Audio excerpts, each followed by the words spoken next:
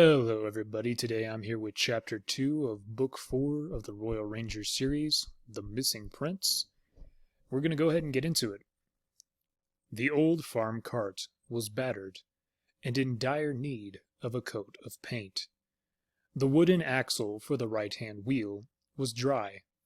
The grease had long since worn away, and it squeaked in a regular rhythm, an annoying sound that could set a listener's teeth on edge. It didn't seem to bother the old farmer driving the cart. He was hunched over on the driving bench, urging on the mule between the shafts with a series of clicks of the tongue. The mule needed urging. He was stubborn and cantankerous, like most of his kind, and the cart was heavy and fully laden with farm produce. Sheaves of wheat and barley filled the tray, along with a dozen sacks of potatoes, strings of onions, and 8 or 9 large pumpkins. The bodies of 9 plump ducks hung over the tailgate, heads down, and jiggling with the movement of the cart, as the solid wheels bumped and lumbered over ruts in the track. They would sell for their meat, of course, but their feathers would also be sought after as down for pillows. That double value would be reflected in the price the farmer would demand for them at market. Behind the cart, tethered to the rear axle, trotted 2 half-grown sheep, a young ram and a ewe. They were the most valuable items that the farmer was taking to market. The ram would be used for breeding, and the ewe already showed that her fleece was thick and heavy. As she grew older, she would provide abundant wool, season after season. The farmer was a small man. Hunched down as he was, he appeared shriveled with age and a life of hard work. But, judging by the quality and quantity of the goods he was taking to market, the hard work had been well worth while. He wore a patched old farm smock, and a shapeless straw hat crammed on his head. His trousers were rough, homespun wool, and his boots were leather, old, but well kept.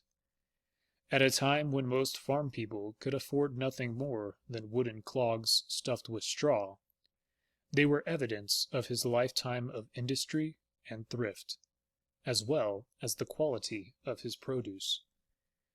The road climbed a small hill, and the cleared farmland on either side gradually gave way to dense woodland, where the deep shadows cast by the trees concealed any sign that somebody might be watching the road. But somebody was. In fact, 4 somebodies were watching the cart slowly squeaking between the trees. The land at either side of the road had been cleared for 8 or 9 meters. Then the tree line began. The farmer glanced idly at the dark shadows either side of the road, then settled back on the bench, moving around to find a comfortable position. He gave no sign that he had seen the silent watchers among the trees. The leader of the group was a burly, bearded man about 30 years old. He was dressed in rough clothes, a jerkin and trousers of homespun, and a bearskin cloak. The bear's mask and its upper jaw served as a cap for the wearer of the cloak. At first sight, it looked impressive and dangerous, a snarling face that surmounted his own bearded, dirty features. But if one looked more closely, it became apparent that the bear had not been in the best of condition when it died. One of its front fangs was broken off halfway, and there were several bare patches visible where the fur had rubbed away. The sorry appearance of his cloak and cap didn't bother the wearer. He had named himself Barton Bearkiller, and had gained some notoriety in the district as a leader of a robber band, preying on the common people, farmers, and residents of small villages. Barton was seated on a low branch of a tree, watching the cart squeaking by. He looked down in annoyance as one of his men reached up and tweaked his leg. "What?" he demanded in a rough whisper. The tweaker, whose name was Donald, grinned inanely and pointed to the cart. "Lots of goods in that cart," he said.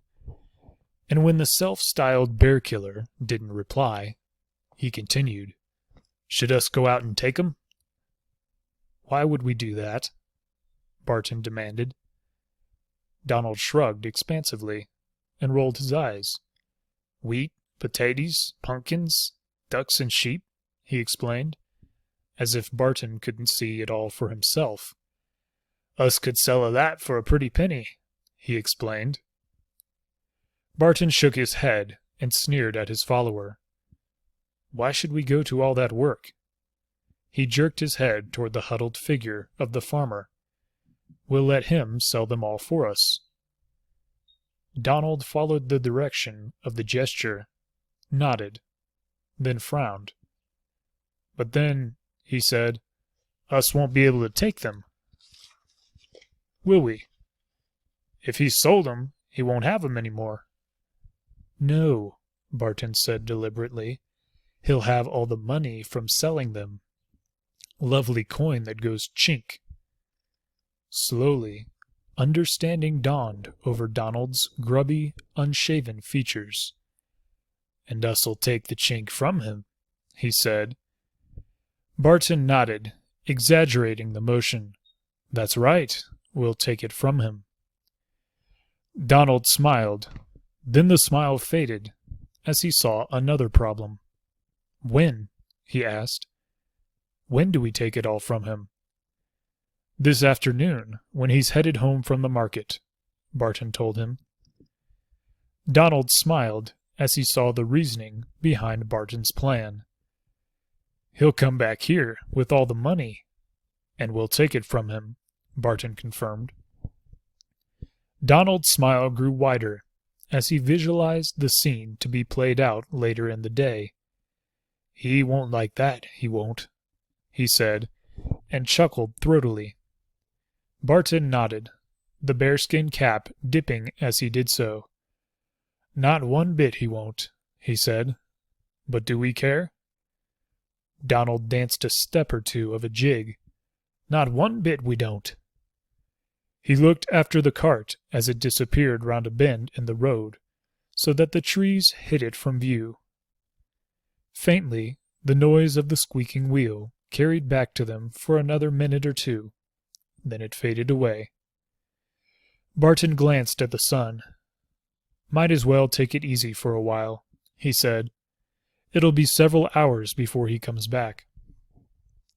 He scrambled down from the branch and found a patch of long, soft grass on the far side of the tree. He laid down and stretched out, pulling the bearskin mask over his eyes to shade them. The other two members of the band, One-Eyed Jim and Walter Scar, followed suit, lying on the soft ground and relaxing. Donald watched them for a few seconds, wondering if he should do the same. But Barton's voice stopped him. "You keep watch," he said gruffly. "Might be another farmer will come along." Donald nodded, a little disappointed. The grass grew thickly here, and it looked cool and comfortable. "Aye," he said, "I'll keep watch." It was mid-afternoon before the squeaking wheel heralded the return of the farm cart. The squeak was more rapid now, as the empty cart was moving faster than it had previously. The mule twitched its tail contentedly as it trotted along. It preferred the lightly laden cart to the heavier version of the morning, and now it was heading back to the comfort of its barn and a full feed bag. The farmer was still perched on the seat at the front of the cart. The tray of the cart itself was empty, save for 3 canvas sacks. The cart disappeared from view as it went into a small dip in the road, and Barton gestured hurriedly to Jim and Walter.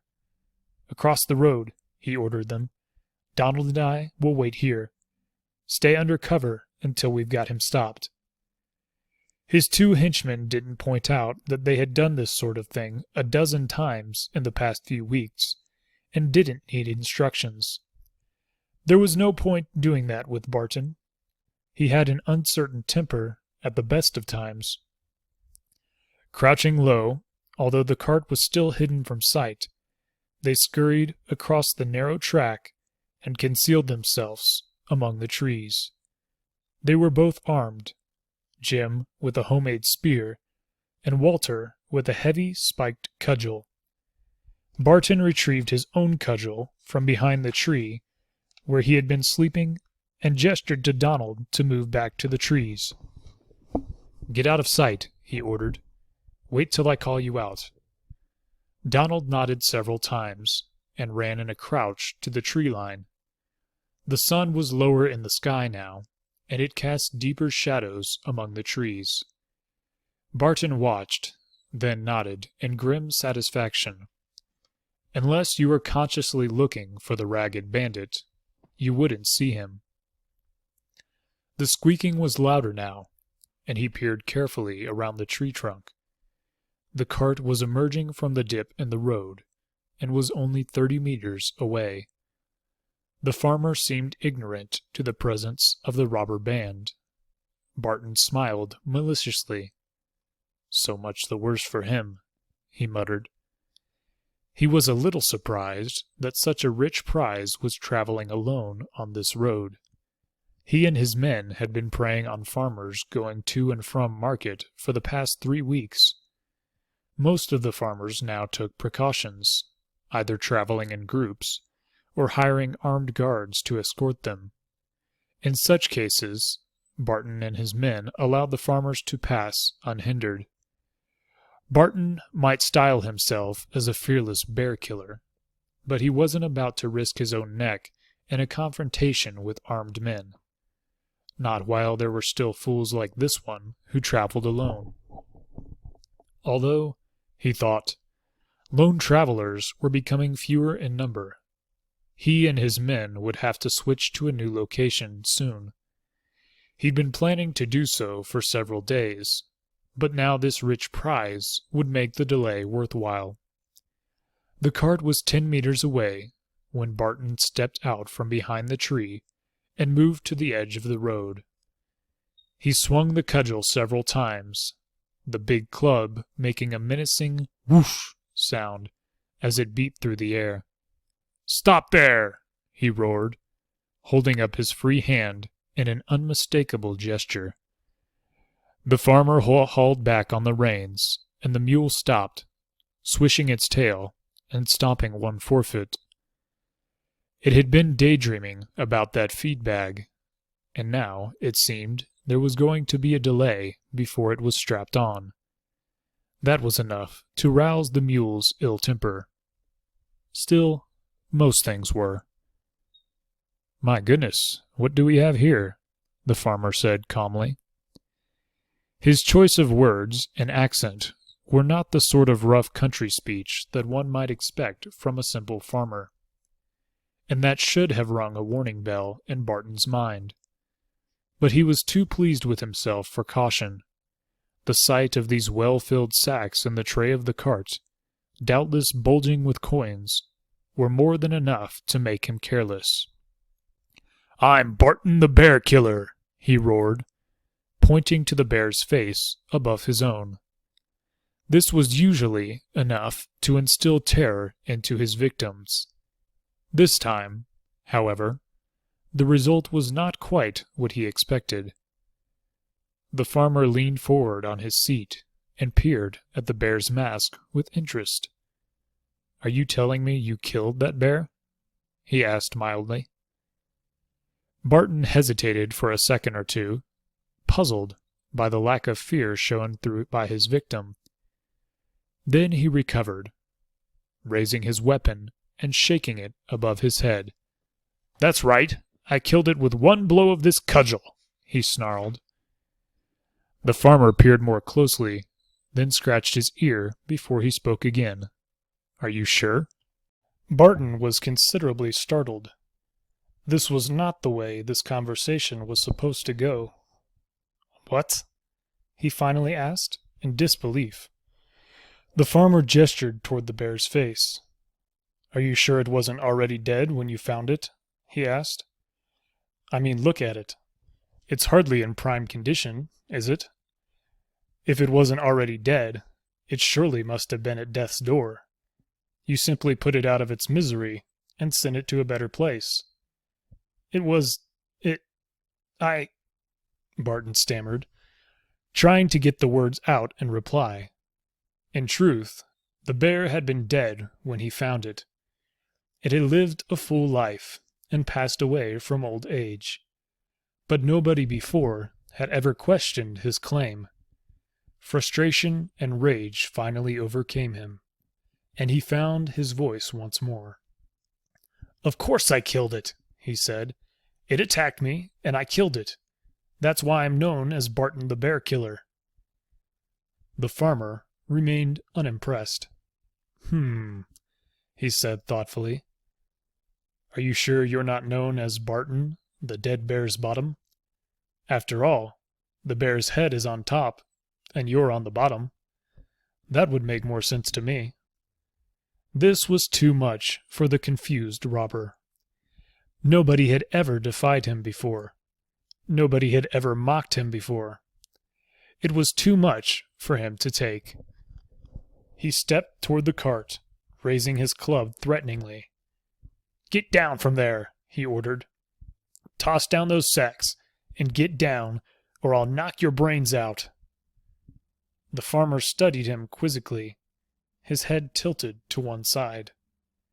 "No, I don't think so," he said. Barton let out a roar of pure rage, taking another step toward the cart, ready to swat this insolent farmer from his seat. But before he could do so, the farmer raised his hand in the air and made a circling gesture. A second or two later, Barton felt a savage jerk as the bear's mask cap was torn away from his head, ending up pinned to the tree behind him by a quivering arrow.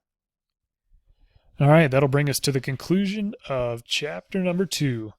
As always, I want to thank everyone for joining me. Thank you all for listening, and I'll look forward to seeing you next time in chapter 3. God bless, and have a good one.